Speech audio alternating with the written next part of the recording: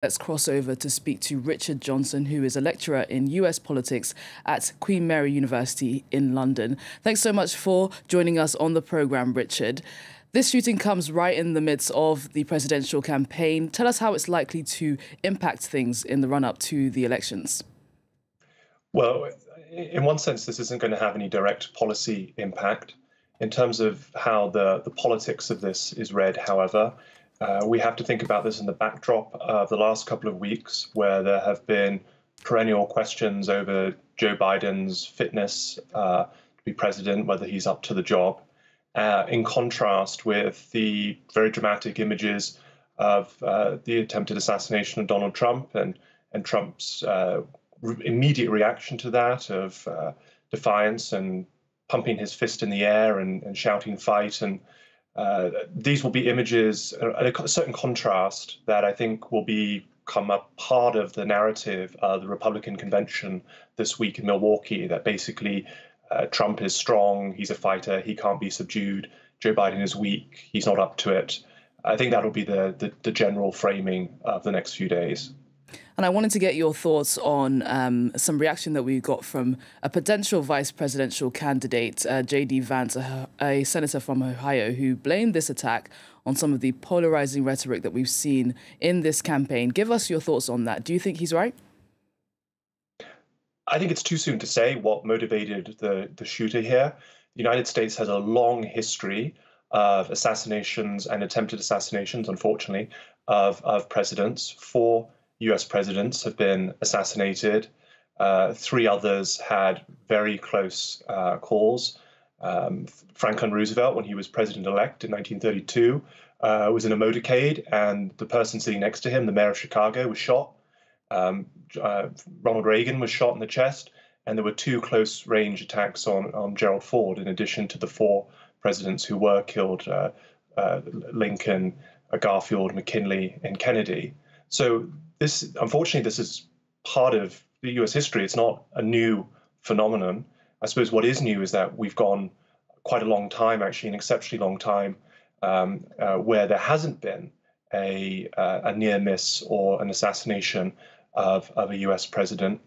So yes, the United States is in an extremely volatile and polarized environment. That certainly doesn't help. There have been very harsh words made from both sides about the presidential candidates, but I think to suggest that it's simply because Democrats have said that Donald Trump is a threat to democracy. We don't know if that's the reason why the shooter was motivated in this case, and B, unfortunately, this is not a new phenomenon in American politics or history. So we can't directly tie some of the polarizing rhetoric that we've seen to this assassination. But I do want to get your thoughts on whether you think that some politicians, like, Senator J.D. Vance, will be making concerted effort to try and respect other politicians more. Will they try to not have some of this polarizing rhetoric that we've seen in the run-up to these elections? Well, obviously, immediately after the assassination attempt, quite rightly, we saw a range of politicians from, including many senior Democrats, including Joe Biden, come out and condemn this action. It's not in anyone's interests in mainstream American politics for there to be political violence, and I think quite rightly, there will be a general condemnation of this attack. But I don't really think that this is going to lead to a kind of culture shift in American politics. I don't really think that we're going to see either the Democrats tone down their criticism of Trump, or Trump to tone down his criticisms of Joe Biden and the Democrats.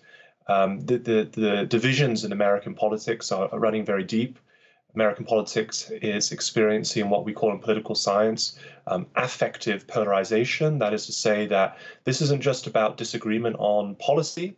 This is emotional affect, and the kind of the feelings of animosity and indeed even hatred of the other side are real, and they are unfortunately not simply going to go away, I think, in reaction to this kind of event.